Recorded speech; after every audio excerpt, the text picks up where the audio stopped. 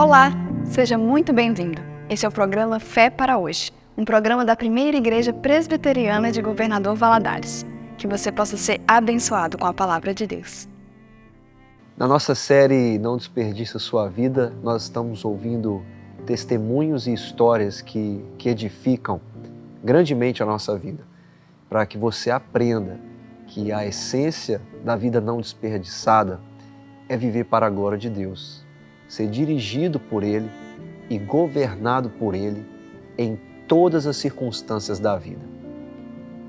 O meu desejo é que cada uma dessas histórias e cada um desses testemunhos possa, de alguma maneira, transformar o seu coração, para que você aprenda que você não está livre dos sofrimentos, mas que você pode sim crescer na graça e no conhecimento de Deus para glorificá-lo em todas as coisas, aprendendo a não desperdiçar a sua vida. Pois todos os que são guiados pelo Espírito de Deus são filhos de Deus.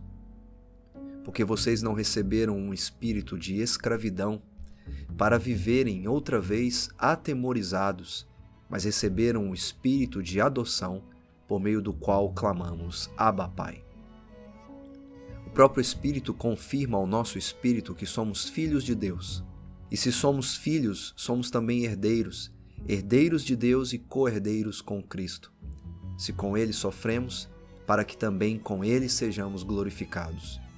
Porque para mim tenho por certo que os sofrimentos do tempo presente não podem ser comparados com a glória a ser revelada em nós.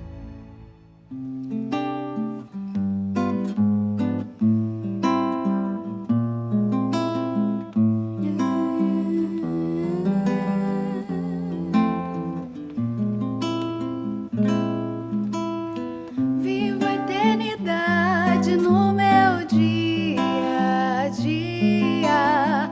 Imagine você a beleza do lindo lugar. Ouve só as lindas cantigas que soam por lá. Quem vive na esperança não perde por esperar.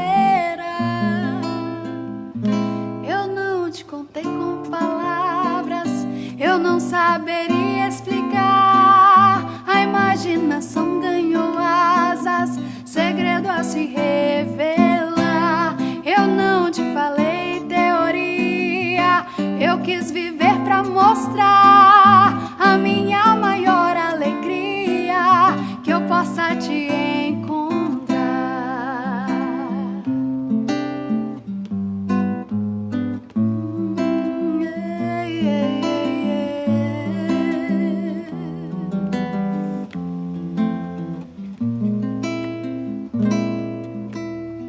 Viva a eternidade no meu dia a dia. Imagine você a beleza do lindo lugar. Ouve só as lindas cantigas que soam por lá. Quem vive na esperança não perde por esperar. Eu não te contei com palavras, eu não saberia explicar. A imaginação ganhou asas, segredo a se revelar. Eu não te falei teoria, eu quis viver pra mostrar a minha maior alegria, que eu possa te encontrar no céu.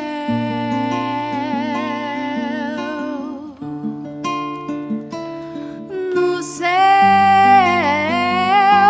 no céu,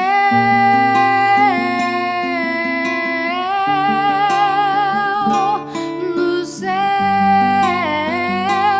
no céu,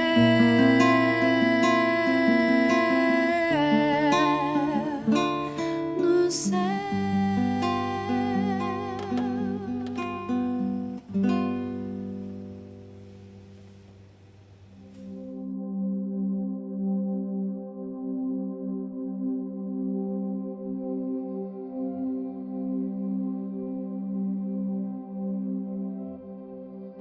Verdade. Eu, como pastor, Eu de vez em quando ouço uma coisa assim, pastor, ore por mim que você está mais perto de Deus. Ore por mim porque você sabe mais isso do que eu. E eles acabam chegando a um ponto de achar que a gente não passa por certas coisas. E que a gente está meio poupado desses sofrimentos da vida. E eu sei que nas últimas semanas, né, e na verdade não são as últimas semanas, né, vocês já lutam já, né, há um tempo, e como pastor você não é poupado também do sofrimento, né? Não. Cara, eu e a Aline, nós completamos 13 anos de vida matrimonial. E foram 12 anos aí tentando engravidar. Tentando não, porque no terceiro ano de casados, no segundo e no terceiro ano ali, nós fomos diagnosticados com infertilidade. Então, a gente já sabia, nós não podemos ter filhos. Então, a única saída para nós é ou Deus faz um milagre, ou nós vamos partir para a adoção. Então, nós, por vezes, ensaiamos, no decorrer desses 12 anos de casado, ensaiamos a adoção. Mas nunca fomos para a prática da adoção. E inúmeras situações tomavam conta e a gente acabava deixando de lado. Até que, quando chegando em Valadares, no ano passado, ela chegou para mim, minha esposa chegou e falou: Arnaldo, olha, a casa está vazia, só tem nós dois, está faltando uma outra voz aqui com a gente. E aí ela me falou isso numa quinta-feira, e era reunião de oração com os jovens. E eu fui para a reunião de oração angustiado. Falei, poxa, como que eu vou resolver, né? E cheguei e compartilhei com dois líderes de jovens, o Rafael e o Davi. Então, muito próximos, eu falei: Rafael, Davi, eu quero trocar uma ideia com vocês antes da reunião de oração. Quero que vocês orem comigo, porque eu estou à frente, eu tenho que direcionar a reunião hoje, mas eu quero, estou passando por um momento. Foi quando eu compartilhei com ele. Falei assim, eu tive conversando com a Aline falou assim, olha, a gente está só nós dois, está faltando uma voz dentro dessa casa e a gente precisa adotar uma criança e tal. E eu falei com o Rafael, com o Davi, orem por nós. Deus é um Deus de milagre, Ele pode nos dar um filho, ou podemos adotar, mas ora por nós. E Davi e Rafael, naquela noite, impuseram as mãos sobre mim e oraram. Fui para a reunião de oração, tudo tranquilo, e logo depois, naquela mesma semana, nós iríamos para o CPL em Belo Horizonte. E aí, voltei para casa depois daquela reunião de oração e tal, e conversei com minha esposa e tal, até que chegou o dia de ir para o CPL e nós saímos definidos. Eu fui para o CPL definido, vou retornar, vamos entrar então, vamos arrumar toda a documentação, vamos chamar um advogado e vamos entrar na fila da adoção. Vamos fazer o trâmite legal. Ok, quando eu chego do CPL, a Aline reclama, amor, eu estou com muitas dores nos seios e tal. Eu falei, amor, tem que ir a um médico, vamos procurar um médico e tal. Aí ela reclamou disso quando eu cheguei.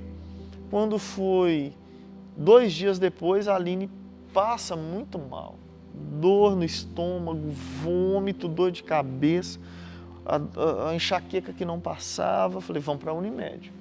Chegando na Unimed, o médico que nos atendeu falou o seguinte, não, eu vou te dar um remédio para a dor, mas você está com uma crise de enxaqueca e com uma crise de ansiedade. Eu olhei para aquela situação e falei assim, não, comigo, né? Isso não é uma crise de ansiedade, isso não é uma síndrome do pânico ou coisa do tipo. É dor física. Mas não questionei, ele deu medicamento, o medicamento diminuiu a dor de cabeça, diminuiu a dor no estômago e nós voltamos para casa. Ao chegar em casa, a Aline começa a vomitar de novo. E vomita a noite toda. No outro dia, pela manhã, eu cancelo toda a agenda e vamos para o hospital de novo. Chegando lá, aí nós fomos por volta do meio-dia.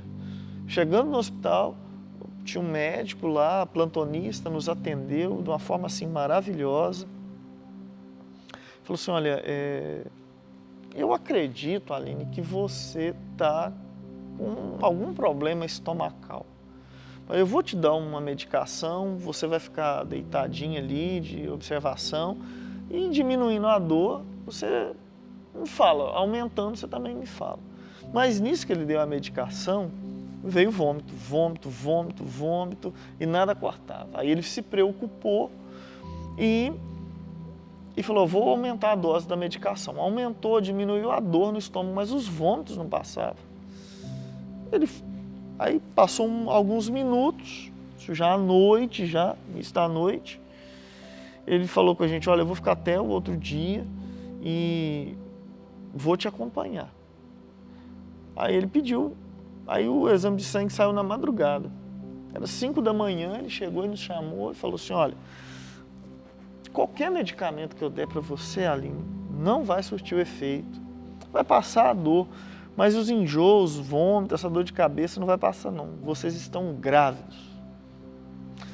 E na contagem aqui, é de 2 para 3. Eu vou sair do plantão e vou deixar um pedido de ultrassom para você fazer amanhã. O próximo plantonista vai fazer esse ultrassom. Ok, assim foi feito. No outro dia foi feita a ultrassom e realmente eram 2 bebês, saco gestacional diferente. Porém, um bebê estava com um saco gestacional bem desenvolvido e outro num saco menor.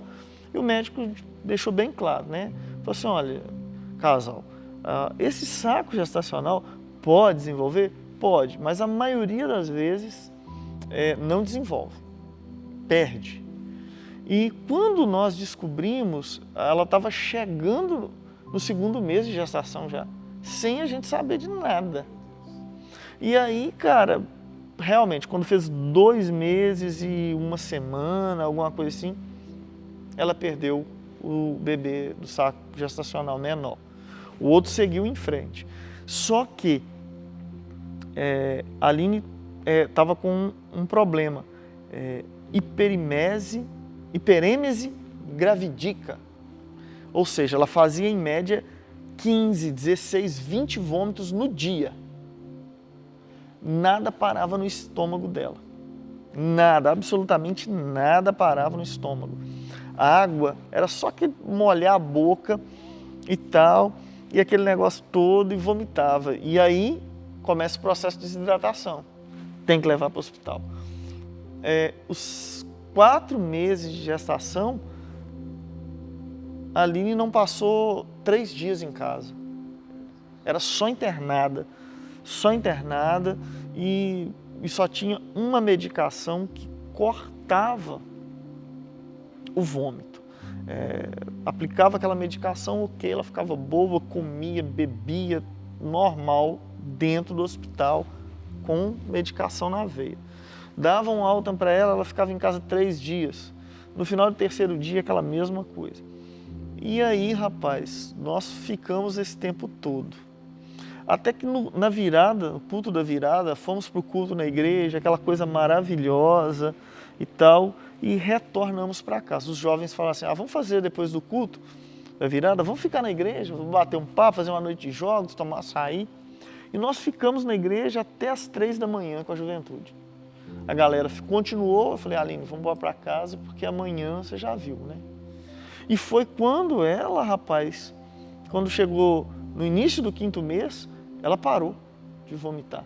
Vomitava 2 vezes no dia, 3 vezes, aquilo que é normal, né? E aí ela, bom, agora vai, né? Agora vai melhorar, vou começar a comer. E ela já estava comendo e tal, aquela alegria toda. Rapaz, o negócio, a igreja feliz com aquilo tudo, alegre com aquilo tudo. Então, vamos embora.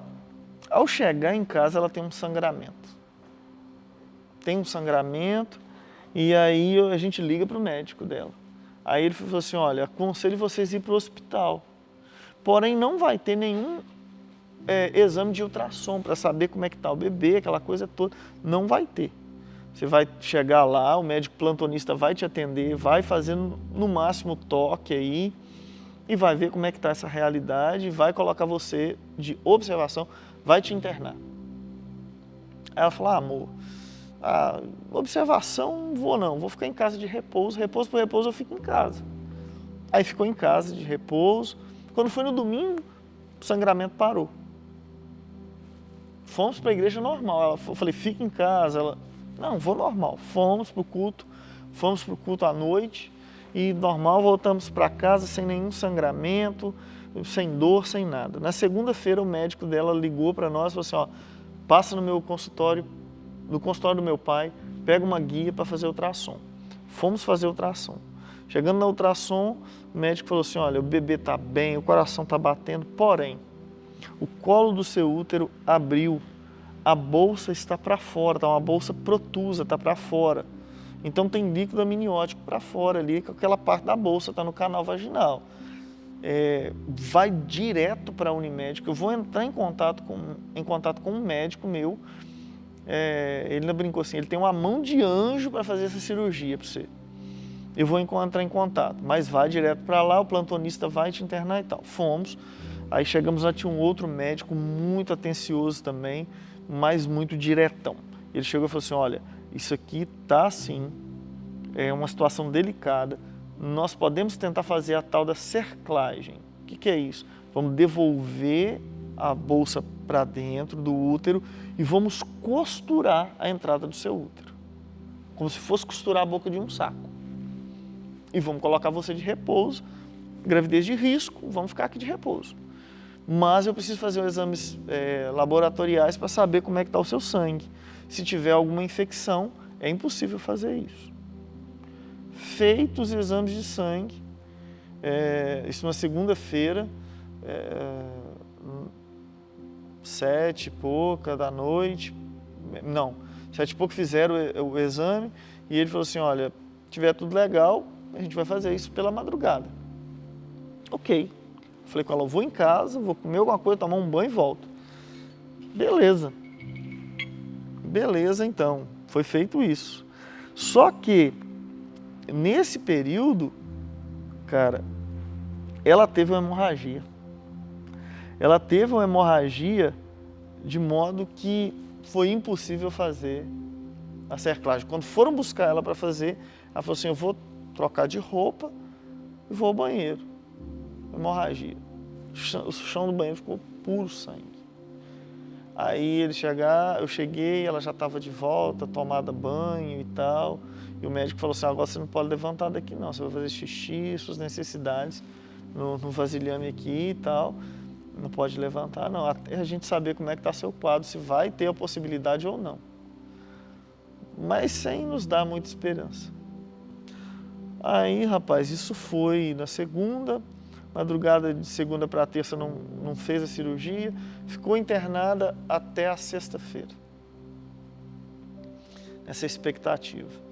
Até que o mesmo médico que atendeu ela na segunda estava de plantão na sexta. E aí ele chegou para nós e nesse período foram fazendo exames de sangue e ela não estava com infecção. Na sexta-feira fez o exame de sangue de manhã, quando ele assume o plantão ele vem até nós e diz assim, olha, você já está com o início de uma infecção, precisa entrar com antibiótico. Você e seu esposo conversem aí. Aconselho vocês a induzirem um parto normal, porque na condição que está aí, você, mãe, corre o risco agora de uma infecção, e se a infecção piorar, vai para o seu sangue, e aí, filha, conversem. Não tem como levar a gestação mais. Aí nós chegamos a um denominador comum, né? Aí ele vem e fala, olha, a infecção está bem delicada, entra com antibiótico. Aí começa com antibiótico, nós definimos, não tem como levar, então vamos seguir em frente. Aí medicaram ela para induzir o parto. E aí ela ficou a sexta-feira do meio-dia até 11 da noite, onde a última visita saiu. O Rondinelli mais a Rutinha. Foram os últimos que nos visitaram junto com o Rafael. que é um dos líderes da juventude. Aí eles saíram, nisso que saíram, o médico entrou. Aline, olha, até agora você não sentiu dor, apenas a bolsa rompeu. Eu vou te liberar para você comer, você está com fome. Mas vamos fazer o último toque? Vamos. Quando fez o toque, ele falou assim, olha, Aline, o bebê está no canal vaginal. Você fazer 2 forças aí, ele sai. Eu mais que depressa fui lá na bandeja, calcei 2 luvas, par de luvas, e fiquei ali olhando, né? Quando ela fez a força, o bebê saiu na minha mão. Mexeu a mãozinha, mexeu a boquinha, fez... e parou de respirar na minha mão. Esticado, ele pegava aqui, média de 19 centímetros. Um rapazinho.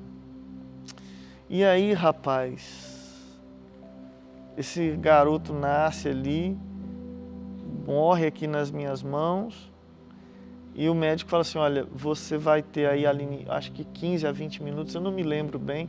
Aí eu orei, as enfermeiras todas com a gente, nós oramos, eu e a Aline, agradecendo a Deus, entregando ele ali ao Senhor, agradecendo pelos 5 meses, e eles cobriram a Aline com um lençol. Nisso a enfermeira chega, ele estampa o lençol, chama o médico. O médico levanta aqueles braços laterais da cama, vamos direto com ela para o bloco cirúrgico. A Aline dá uma hemorragia seríssima, porque a bolsa não sai, a placenta não sai, então dá uma hemorragia muito séria, vai com ela. Eu sei que eles entraram com a Aline no bloco cirúrgico, era por volta de meia-noite. Às 3 da manhã ele estava me chamando para conversar. Ele falou comigo assim, sua esposa quase morreu. Nós conseguimos salvá-la, salvar o útero, agora ela vai para a UTI. Ela vai para a UTI, está tomando a primeira bolsa de sangue. Ela tomou 8, acho que 6 ou 8 bolsas. E ela vai ficar lá. Ela ficou 2 dias na UTI, se recuperou bem fisicamente, foi para o quarto, tudo tranquilo, até ter alta, né? Mas uma das partes que eu não contei foi que em julho do ano passado eu fui fazer um casamento em Porto Seguro de um casalzinho de jovens que eu pastoreei lá. E depois do casamento, o casamento foi na praia, eu fui, depois do casamento, aquele negócio todo, eu tirei o sapato e tal, aquele negócio, e fui para a areia da praia. Sentei numa cadeira e fui orar. Fui orar ao Senhor pedindo um filho. Isso eu esqueci de contar. Fui orar ao Senhor pedindo um filho. E aí eu usei as palavras de Abraão. Falei, Senhor, o Senhor fez essa promessa para Abraão. Essa promessa não é para mim. Eu sou o resultado dessa promessa. Mas ela não é para mim. Eu peguei a areia, assim, o céu estrelado, cara, aquela lua maravilhosa. E eu peguei a areia e falei assim, me dê descendência, me dê filhos. Eu já estou cansado de discipular o filho dos outros. E segurando a areia assim na mão e soltei. Bati e falei assim, agora eu vou comer. E entreguei aquela oração. Quando eu me levantei, João, apenas 2 momentos na minha vida eu ouvi nitidamente a voz de Deus aqui na minha cabeça. Quando eu recebi o chamado para o ministério, e no dia Deus falou comigo assim, o menino vai se chamar Asaf. Eu fiquei calado, voltei para casa depois do casamento, não falei nada com a minha esposa, anotei na minha agenda. Dia tal, hora tal, local tal, orei isso. Voltando para casa, a gente estava de férias, eu ainda fiquei uns dias em casa antes de viajar, depois desse episódio de Porto Seguro. E eu estava lendo, quando em Gênesis diz que Isaac orou por Rebeca para que ela tivesse filhos. E aí eu falei assim, bom, se ele como marido, o sacerdote lá orou, então essa responsabilidade é minha mesmo. Chorado, orei, rapaz. Pá. Orei, segurei aquele negócio no meu coração e fui embora, fui curtir. Quando veio Gêmeos, eu falei assim, peraí, Deus me deu um nome. Por que 2? Mas eu guardei no coração, não tinha falado nada com minha esposa. Guardei aquilo no coração. quando veio fazer aquele exame do sangue lá para saber o sexo do bebê, as meninas, Raíssa e Júlia, falaram assim, Arnaldo, quando pegar o papelzinho, o comprovante, deixa com a gente, nós vamos fazer uma surpresa para vocês. Então, eu já sabia que só tinha um bebê. Agora, se era menino ou menina, eu não sabia. O que eu segurava no coração era aquilo que tinha acontecido na praia. Quando as meninas... Aí, quando eu estava indo para a casa da Pamela e do Fábio, que foi feito lá, eu falei com a Aline, ó, no dia tal, eu estava na praia, orei, tal. Deus falou comigo que era um menino. Aí eu abri a agenda e mostrei para ela a data e tal, como é que foi. Falou, ó, tá aqui. Aí a moça, Deus falou, né? E quando nós chegamos lá, rapaz, que as meninas fizeram a revelação que era um menino, eu falei, eu não estava ficando doido, não. Aquilo foi festa, foi um momento assim de muita graça, de muita alegria, até chegar o momento de tudo que a gente está vivendo. O pior de tudo, João, são as perguntas que saltam pela madrugada. Enquanto eu estou aqui com você, está tudo bem. Enquanto eu estou pregando, está tudo bem. Estou atendendo pessoas, está tudo bem. Eu estou fazendo minhas tarefas fora do lar, está tudo bem. Mas quando eu chego dentro de casa, eu vou lavar uma louça, eu vou varrer uma casa, eu vou deitar, vou ver um filme. Por quê, né? Não por quê, mas o que o Senhor quer com tudo isso? O Senhor me dá o nome do bebê, tudo. E agora? Para onde vai isso?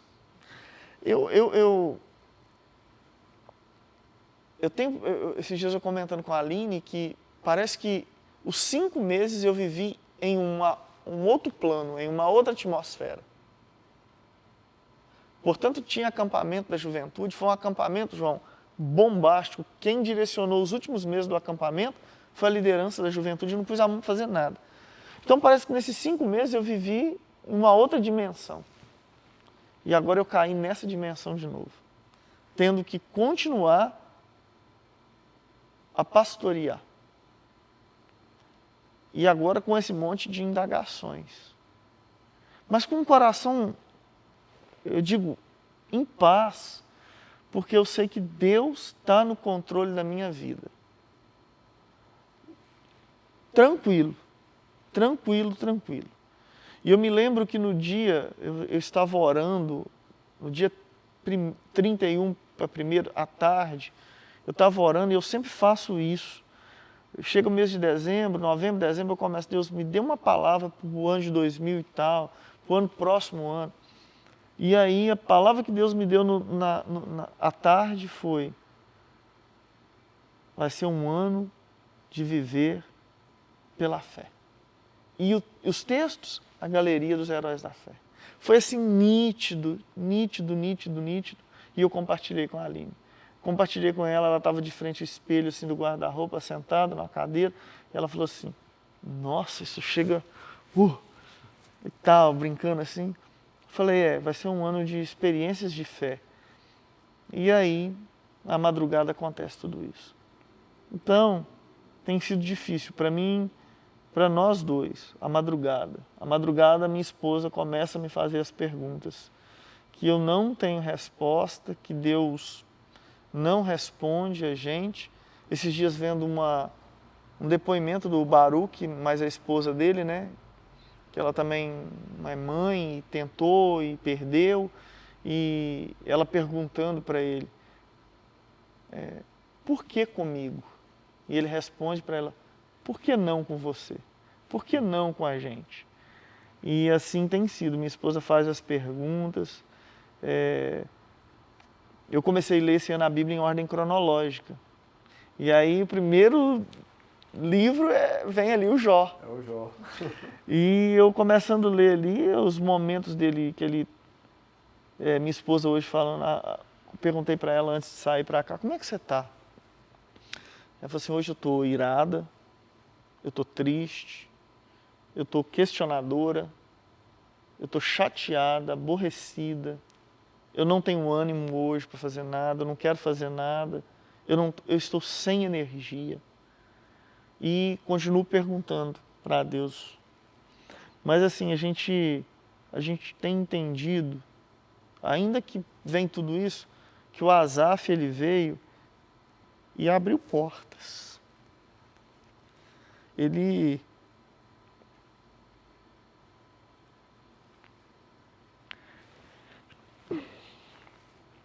me mostrou minhas fraquezas, os meus medos, minha ingenuidade em algumas coisas, a minha impaciência em outras. Ele me fez ser muito mais amoroso com os de fora e com os de dentro. Muito, muito, muito, muito mais amoroso. Ele foi um grande amigo. Eu nunca fui tão pastoreado como eu fui pelo meu filho.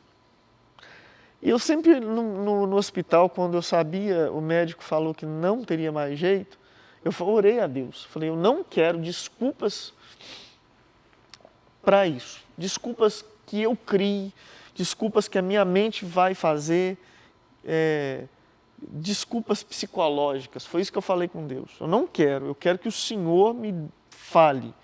Se o Senhor continua falando comigo, eu quero que o Senhor me fale. Eu quero entender agora o que tudo isso assim está servindo para mim.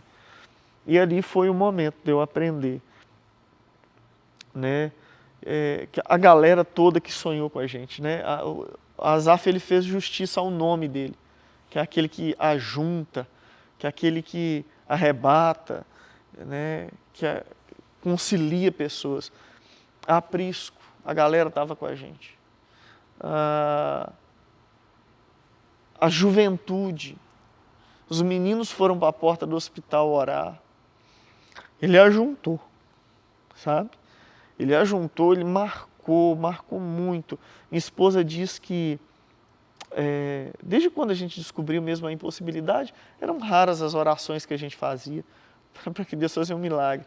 E ela dizia assim, eu creio que Deus faz milagre. Ele fez na vida de Sara, fez na vida de um monte de gente, faz ainda hoje, mas na minha eu não creio. Foi as palavras dela para mim depois. Na minha eu não creio, não. Até que aconteceu com ela. Dela poder gestar com um diagnóstico clínico de que não poderia. Nem eu e nem ela. Então, Asaf, ele abriu portas, ele me pastoreou, ele me fez pregar sem medo, ministrar sem medo, ele me fez falar das minhas fraquezas, falar da minha limitação, sabe? Ele me ensinou muito a ser mais generoso com os meus adolescentes, principalmente com os que estão chegando, sabe? De ajuntar mais eles do que ficar mais... Peraí, não, ele me fez ajuntar os meninos, catar os cacos, sabe? E ele me pastoreou. Se eu posso falar algo assim que me marcou, é que eu fui pastoreado para o meu filho. Ele tocou em áreas da minha vida que nenhum outro pastor discipulador, que foi o pastor Fábio na minha vida, tocou. Que foi o pastor Moacir em Aracruz, também não tocou. O próprio Leque, nós temos uma amizade boa, também não tocou. Mas o meu filho, ele tocou. Ele chegou lá. E hoje, assim, eu tenho saudade.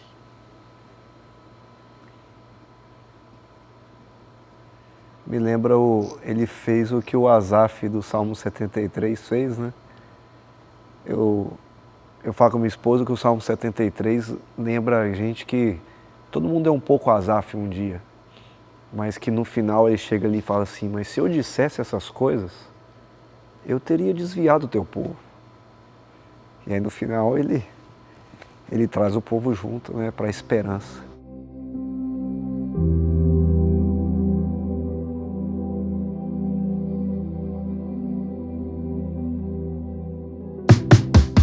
Se você deseja entrar em contato conosco ou enviar o seu pedido de oração, basta você enviar uma mensagem para o número que está aparecendo na sua tela.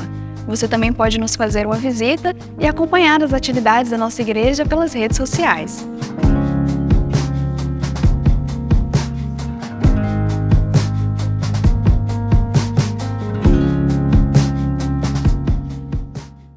Eu quero agradecer a você pela sua companhia durante todo o nosso programa. Se você perdeu alguma parte e deseja nos acompanhar, você pode nos assistir todos os sábados às 12h30 e às 21 horas pela TV Rio Doce. Também pelo nosso canal no YouTube, na primeira IPGV, e todos os dias pela IPP-TV. Que Deus abençoe ricamente a sua vida e que a palavra do Senhor possa abençoá-lo constantemente, a você e a sua família.